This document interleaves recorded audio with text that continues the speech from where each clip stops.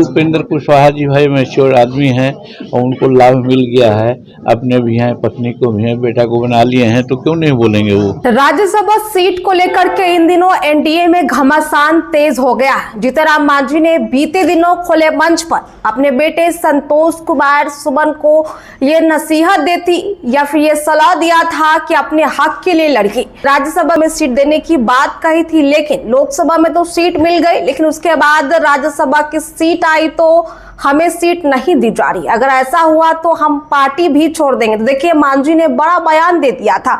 उसके बाद कई पार्टियों से उन्हें नसीहत मिलने लगी। साफ तौर पे बता दें कि बीते दिनों उपेंद्र कुशवाहा ने जीतनराम मांझी को नसीहत तक दे दी और कहा कि ऐसा उन्हें नहीं बोलना चाहिए।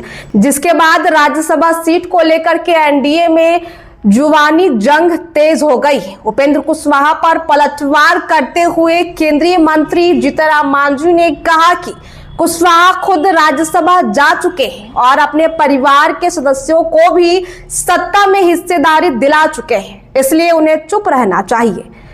दरअसल बिहार की राजनीति में राज्यसभा की खाली हो रही सीटों ने एनडीए गठबंधन को भीतर से तोड़ दिया या यूं कह ले कि हलचल तेज कर दी है। हिंदुस्तानी अवाम मोर्चा के संरक्षक और केंद्रीय मंत्री जीतनराम मांझी ने अपनी दावेदारी पर सवाल उठाने वाले उपेंद्र कुशवाहा को कड़ा जवाब दे दिया है। मांझी ने कहा कि राज्यसभा सीट को लेकर के दिया गया उनका बयान केवल अपनी पार्टी के राष्ट्रीय अध्यक्ष संतोष कुमार सुमन के लिए एक सुझाव था। इस मुद्दे पर कुशवाहा की टिप्पणी से नाराज मांझी ने अब सीधे तौर पर उन पर पलटवार कर दिया है, जिससे गठबंधन के भीतर खींचातान काफी तेज हो गई है। दरअसल विवाद की शुरुआत तब हुई जब उपेंद्र कुशवाहा ने जीतनराम मांझी राज्यसभा सीट की मांग को अनुचित बताया और इस पर पलटवार करते हुए मांझी ने कहा, उपेंद्र कुशवाहा एक मैच्योर राजनेता है, मतलब कि समझदार राजनेता है। उन्हें मेरी जायज मांगों पर एतराज नहीं होना चाहिए था। आगे आपको बताएं, मांझी ने कुशवाहा के बयानों को अनावश्यक भी बताया।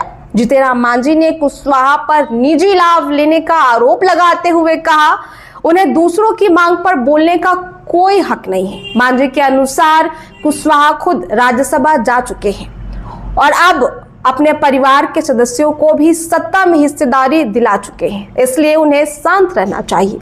मांझी का कहना है कि उनको लाभ मिल गया है और वो खुद राज्यसभा सांसद हैं, पत्नी सासाराम से विधायक है, बेटा मंत्री है, वो भी नीतीश के मंत्री हैं, तो वो क्यों बोलेंगे? उनको तो सब कुछ लाभ मिल ही गया है, तो उनका कोई काम ही नहीं है इसमें बोलने का।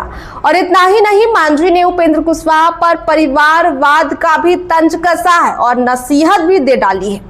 दरअसल जीतनराम मांझी ने तंज कसते हुए कहा कि उपेंद्र कुशवाहा ने न केवल खुद लाभ लिया बल्कि बेटे को भी मंत्री बनवा दिया।